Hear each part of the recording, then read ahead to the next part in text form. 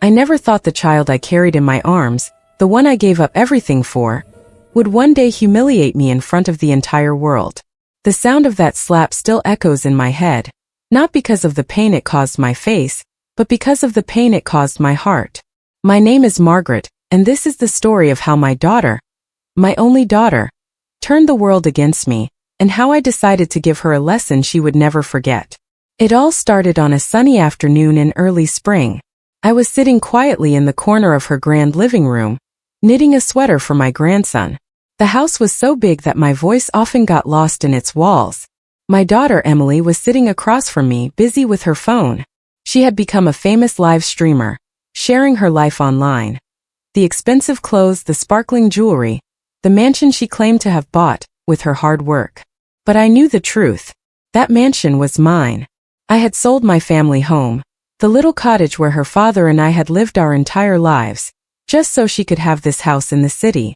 I thought giving her comfort would keep her close to me. Instead, it only pushed her further away. She started looking at me not as a mother, but as an embarrassment, an old wrinkled reminder of a past she wanted to erase. That day, she was going live on her channel again. She had millions of followers. The house was filled with cameras, bright lights, and makeup artists running around like bees. I tried to stay out of the way, quietly moving toward the kitchen to make tea. But then I heard her voice, sharp and irritated. "Mom, can you please not walk in the background when I'm streaming? You're ruining the aesthetic," she snapped. Her words stung, but I forced a smile. "I'm sorry, dear. I didn't mean to disturb you." The cameras rolled and Emily's fake cheerful voice filled the room. "Hey guys. Welcome back. Today's stream is going to be super exciting." I sat quietly at the edge of the sofa, knitting again, pretending not to hear.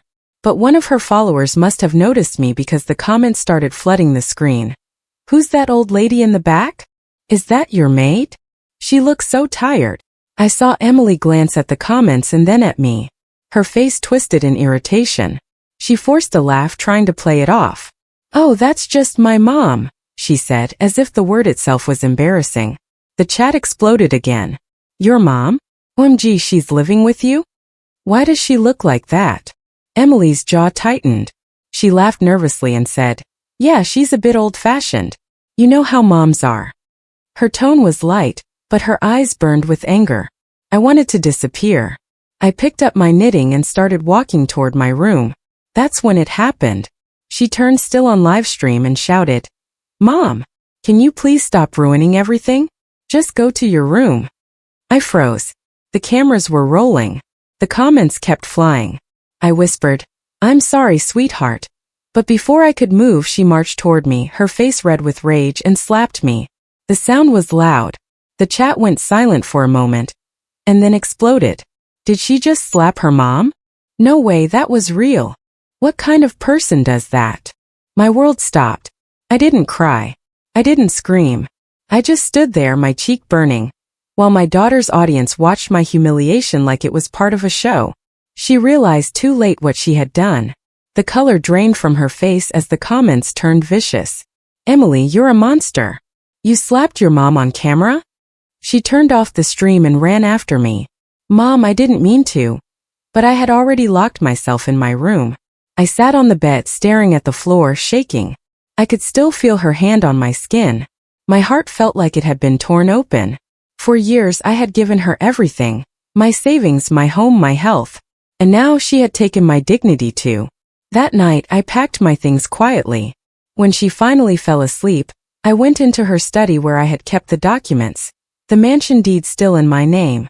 I stared at it for a long time, thinking about the years I spent building a home for her, and the single moment she destroyed everything. When morning came, she acted like nothing happened. She smiled on her next live stream, pretending to be happy, as if the world hadn't watched her slap her own mother. I stood at the door and watched her laugh for the camera again. Fake, polished, heartless. That's when I decided, if she could treat her mother like a prop for views, then maybe it was time to remind her who really built the life she was showing off. I picked up the phone and called my lawyer. "I want to sell the mansion," I said. "All of it." The lawyer hesitated. "Are you sure, Mrs. Lewis? This house?" "Yes," I said coldly. "It's mine. I'm selling it." That was the beginning of everything that followed. The revenge, the exposure, and the shocking truth that even I wasn't ready to face. Because what I didn't know was that Emily had a secret of her own. One that would shatter everything I thought I knew about her. The next morning, I woke up earlier than usual. The mansion was silent, but something about the air felt heavier, almost suffocating. I went to the kitchen to make my morning tea, and found Emily's assistant whispering on the phone. When she saw me, she hung up immediately and gave me a nervous smile. I didn't ask. I had already decided to keep my distance. But as I stirred my tea, I overheard her muttering to herself, "She has no idea what's coming." My heart sank. Was she talking about me? I tried to brush it off, but a strange feeling crawled under my skin. Something wasn't right. Later that day, my lawyer called back. "Mrs. Lewis, I've found a buyer for the mansion. They're offering a good price. We can finalize it by next week." I felt both relief and guilt washing over me. Selling the house meant finally standing up for myself, but it also meant destroying my daughter's glamorous life. Still, after what she had done, it felt like justice. That evening, Emily came downstairs dressed like a movie star. "Mom," she said casually, "I'm going live again tonight. Try not to make any noise, okay?" I didn't respond. She sighed and added, "Oh, and don't go touching my things. I have sponsors watching me now. You wouldn't understand." I stared at her. The same girl I once used to tuck into bed, now talking to me like I was her burden. Something in me hardened that moment. When she went live, I sat in my room knitting again. But then her voice caught my attention. She was telling her audience about toxic people who drain your energy, about how sometimes even family can hold you back. Her followers flooded the chat with supportive comments. "You're so strong for cutting off negativity. You don't owe anyone anything." I could feel my chest tightening. She was talking about me, live to millions of strangers. I stood outside her door listening. "Some people," she said with a fake smile, "think they own your success just because they gave birth to you. But they forget I made myself who I am. No one helped me." My hands trembled. My blood boiled. That was it. I had stayed quiet too long. That night, I called the lawyer again and confirmed the sale. "Do it," I said. "Finalize everything by Friday." But fate wasn't done with me yet. The next morning, I woke up to the sound of shouting. Emily was screaming at someone on the phone. "What do you mean the house documents are still under her name? That's not possible." I quietly stepped into the hall. Her eyes snapped to me like daggers. You did this, didn't you?" "I'm only taking back what's mine," I said calmly. "You can't do that. I have brand deals, events, people coming over. You'll ruin everything." I looked at her coldly. "You ruined everything when you slapped me." Her face twisted with panic and fury. "You wouldn't dare sell this house." I met her gaze and said softly, "Watch me." For a moment she froze. Then she stormed out, slamming the door so hard the glass rattled. I heard her car screech out of the driveway, and I finally exhaled. For the first time in years I felt powerful.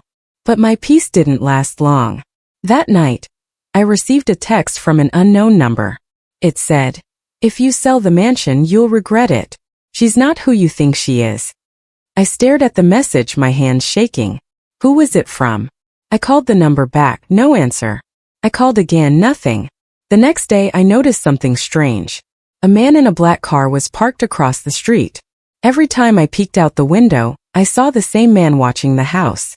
When I mentioned it to Emily that evening, she barely looked up from her phone. "You're paranoid, Mom. Nobody cares about you or your house." But the next night, I caught her sneaking into my room while she thought I was asleep. She was rifling through my drawer, searching for something. I watched quietly from the shadows until she found the file, the property papers. I turned on the lamp. "Looking for this?" I said. She froze like a thief caught in the act. "Mom, I just wanted to check something." "Don't lie to me, Emily.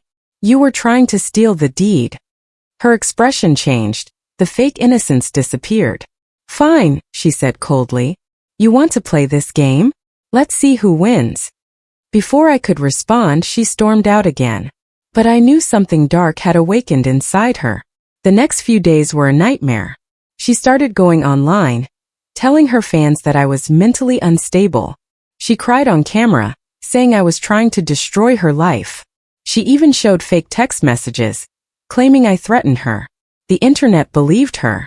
Thousands of people started sending me hate messages, calling me a jealous old woman. Some even came to the mansion gate shouting her name, defending her. I was trapped inside my own house watching my reputation burn. But then came the twist I never expected. One night, while she was out partying, I went to her office to find the documents she had hidden. While searching, I accidentally opened a folder on her computer, and what I found there made my blood run cold. Videos, secret recordings, conversations with sponsors. All fake. The luxury items she showed online weren't hers. They were borrowed or rented. Her bank accounts were nearly empty. And worst of all, there was a message thread titled Blackmail Plan. It was between Emily and a man named Lucas, the same man I had seen in the car outside. The messages said things like, "Once the old woman transfers the mansion to your name, we'll sell it and split the money." My knees went weak. My own daughter had planned to betray me completely, not just emotionally but financially. She wanted to sell the house and leave me homeless. Tears blurred my vision as I stared at the screen. How could the little girl who once held my hand at night grow into this monster? But just as I was about to close the laptop, I heard the door creak open behind me. "Enjoying the show, Mom?" Emily's voice was sharp, cold, and venomous. I turned slowly. She was standing there, eyes dark, holding her phone and recording me. "I warned you," she whispered, stepping closer. "Now the whole world will see who you really are." I froze, staring at the glowing lens of her phone pointed straight at my face. My heart pounded so loud I could hear it in my ears. "Emily, what are you doing?" I whispered, my voice trembling. She smiled, not the soft, innocent smile of my daughter, but a cold, triumphant smirk. "I told you, Mom. You wanted to destroy me? Fine. But I'll destroy you first. My followers will believe anything I tell them." "You're recording me?" I asked, my throat tight. "Oh, not just recording," she said, stepping closer. "I'm live. Say hi to the viewers, Mom." My stomach dropped. I looked at her phone screen. Thousands of viewers were already commenting, their words flashing so fast I could barely read them. "She caught her mom stealing. OMG, her mom looks crazy. Call the police." Emily turned the camera toward me, her voice breaking into fake sobs. "Guys, I didn't want to do this, but look. My mom broke into my office and was going through my private files. She's been acting weird for weeks. I think she needs help." I shook my head, trying to speak, but the words wouldn't come out. My chest burned with rage and heartbreak. "Emily, stop lying. You're twisting everything." But she wouldn't listen. "You see," she cried dramatically, "she's delusional. Please, if anyone knows a good therapist, message me." I couldn't take it anymore. I grabbed the phone from her hand and slammed it shut. "Enough. Stop this madness, Emily." For a moment, silence filled the room. Then she screamed, a wild, desperate sound that made me step back. "You ruined my life," she shouted. "You don't understand what it's like to live under pressure. Everything I built, every follower, every sponsor, they're all watching me. And you're destroying it." "Destroying it?" I whispered. "Emily, you're the one destroying yourself. You've lost touch with reality." She started to cry, real tears this time, and sank to the floor. "You don't know what I've done to stay at the top, Mom. You don't know what I've had to give up." I knelt beside her cautiously. "Then tell me," I said softly. "Tell me what you've done." But instead of answering, she reached for her phone again. "It's too late," she said in a low voice. "You'll see tomorrow." The next morning, I woke up to a nightmare. My phone was exploding with messages. News outlets, tabloids, gossip pages, all talking about the crazy old woman who tried to steal her daughter's house. My pictures were everywhere. Clips from her live stream had gone viral overnight. I couldn't even step outside without people filming from their cars. My neighbors looked at me like I was some kind of criminal, but I wasn't the only one exposed that day. Around noon, I received an anonymous email. The subject line read, "You should know the truth about Emily." Curiosity and fear tangled inside me as I clicked on it. There was a video attached. In it, Emily was seen talking to the same man from the text messages, Lucas. They were in a cafe whispering. Emily said, Once Mom sells the house, we'll transfer the money to your offshore account. She won't even know what hit her. My breath caught. It was undeniable proof of her betrayal. The timestamp on the video was from just a week ago. And then came another message from the same anonymous sender. If you want more proof, meet me at the park near St. Anne's Church tonight. 8 p.m. Come alone. My heart raced. It could be a trap, or it could be the key to exposing her lies. I needed to know the truth. That evening I wrapped a shawl around me and slipped out quietly. The park was dimly lit, the air cold and silent. I waited under the old oak tree until a shadow emerged from behind the benches. It was Lucas. My body tensed instantly. You, I said. You're the one helping her. He held up his hands. Mrs. Lewis, please. Listen to me. Things have gotten out of hand. Emily, she's not the person you think she is. I glared at him. I already know that. He shook his head. No, you don't. Emily owes a lot of money to some dangerous people. The mansion, your mansion, was her only way out. She was going to sell it and disappear before they came after her. I tried to stop her, but she blackmailed me too. I sent you those messages, the warning. But she found out. My heart twisted in confusion and horror. Blackmailed you? How? She recorded me stealing cash from her sponsor's event. She said if I didn't help her take your house, she'd send it to the police. I was speechless. The girl I raised with love had turned into a manipulative stranger, using everyone around her like pawns. Lucas handed me a flash drive. This has everything: her fake deals, the bank transfers, the blackmail videos. Use it before it's too late. Before I could ask another question, he turned and disappeared into the darkness. I went home, clutching the drive like it was my last hope. I plugged it into her computer, and there it was. Every lie, every scam, every piece of evidence that could destroy her online empire. But just as I was copying the files, I heard footsteps behind me. Slow, deliberate. Looking for something again, Mom? Emily's voice was calm, too calm. I turned. She was standing at the door, her expression unreadable. You met Lucas, didn't you? She said softly. I saw the message. My mouth went dry. You've been watching my phone? Of course, she said, tilting her head. You think I'd just let you ruin me that easily? Her eyes glimmered with something dark, something I couldn't recognize anymore. You want to sell the house? Go ahead. But if you do, I'll make sure you lose everything too. My heart pounded. Are you threatening your own mother? I'm warning you, she said coldly.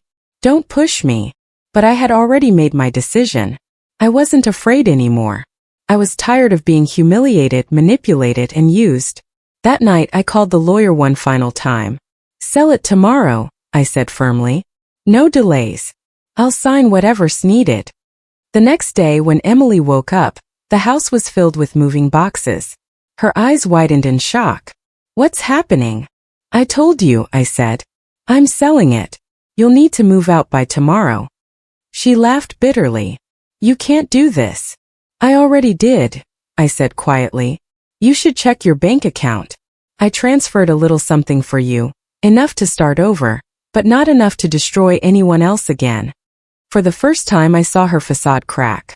She stared at me, tears welling up, but this time they were real. You hate me now, don't you? I looked at her for a long moment.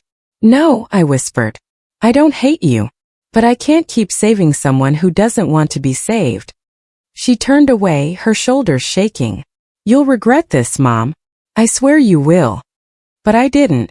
Not until later that night, when I realized she had disappeared. Her room was empty. Her clothes, her jewelry, her passport, all gone. And on her desk was a note.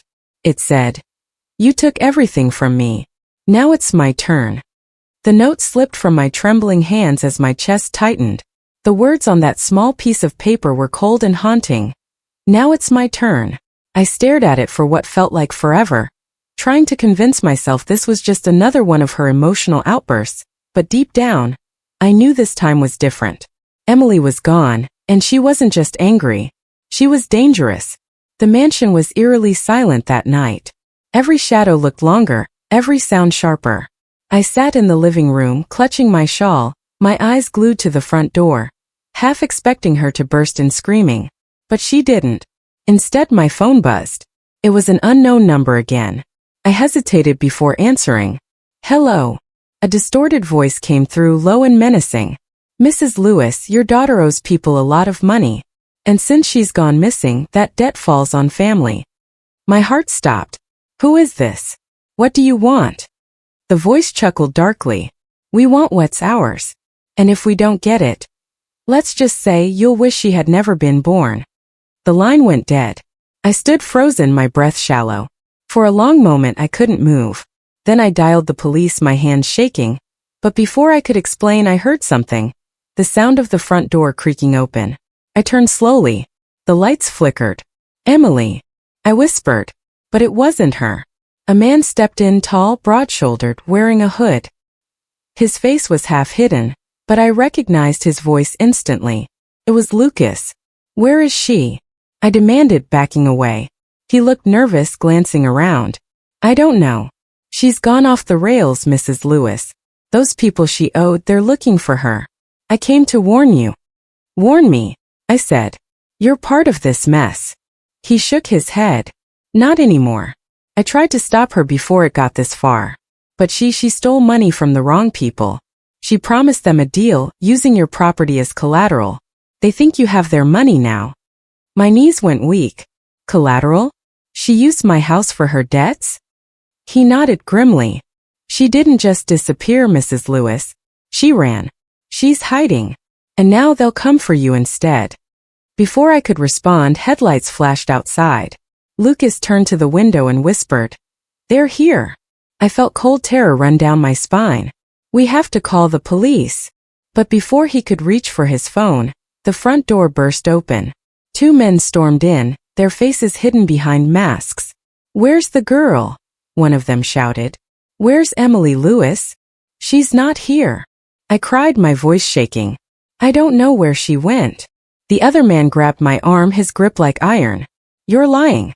She took our money, now you'll pay the price. Lucas stepped in front of me.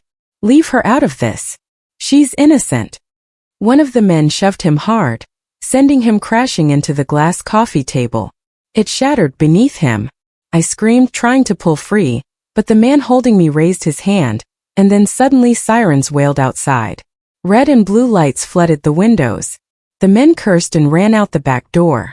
I fell to my knees, gasping for air, as the police burst in seconds later. They took statements, searched the area, and found Lucas bleeding but alive. When they asked me who those men were, I could barely speak. They were my daughter's enemies, I whispered. Because of her lies.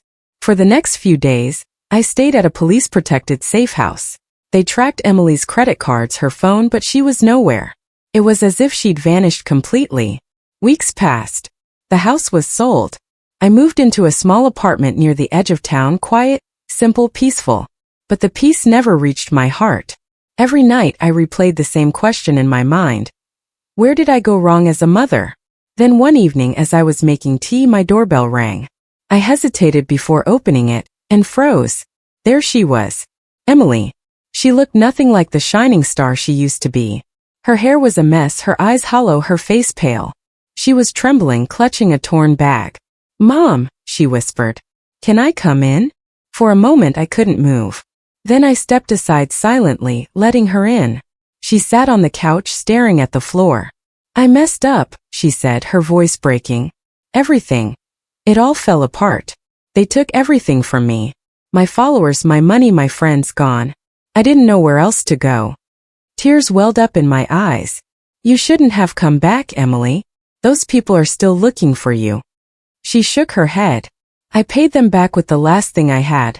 My car, my jewelry, everything. I just wanted to see you. I sat down beside her, my heart heavy. After everything you did, why now? She looked up at me, her eyes red. Because I finally realized what I lost. Not the house, not the fame. Her words broke something inside me. I wanted to stay angry, to remind her of the pain she caused, but when I looked at her, fragile, broken, I saw the little girl I once carried in my arms. I forgive you, I whispered. But forgiveness doesn't mean forgetting. It means I'm choosing peace over pain. She began to cry, and for the first time in years I held her again. She clung to me like a child, sobbing into my shoulder. We spent hours talking that night. She told me everything, the lies, the pressure, the guilt that consumed her. I listened silently, my heart aching but healing. When the sun rose, she was asleep on the couch, her face peaceful for the first time in forever. I covered her with a blanket and stood by the window, watching the morning light touch her face. I sold her mansion, yes, but I also sold the walls that trapped both of us in bitterness and pride. Now, in this tiny apartment we had something far greater: honesty. Days later, she started volunteering at a local shelter, teaching young girls about the dangers of chasing fame. Slowly, she began rebuilding her life. Not through followers or sponsors, but through kindness. And me? I found peace again. Not the kind that comes from revenge or justice, but from letting go. Sometimes when I look at her, I still remember the slap, that sound, that pain. But now it doesn't hurt like it used to. Because I've learned something important. Forgiveness isn't weakness. It's freedom. So, if you're listening to my story, remember this: the people who hurt us the most are often the ones who need love the most. But loving them doesn't mean losing yourself. It means standing tall, knowing when to fight, and when to forgive. That slap broke my heart. But forgiving her healed it.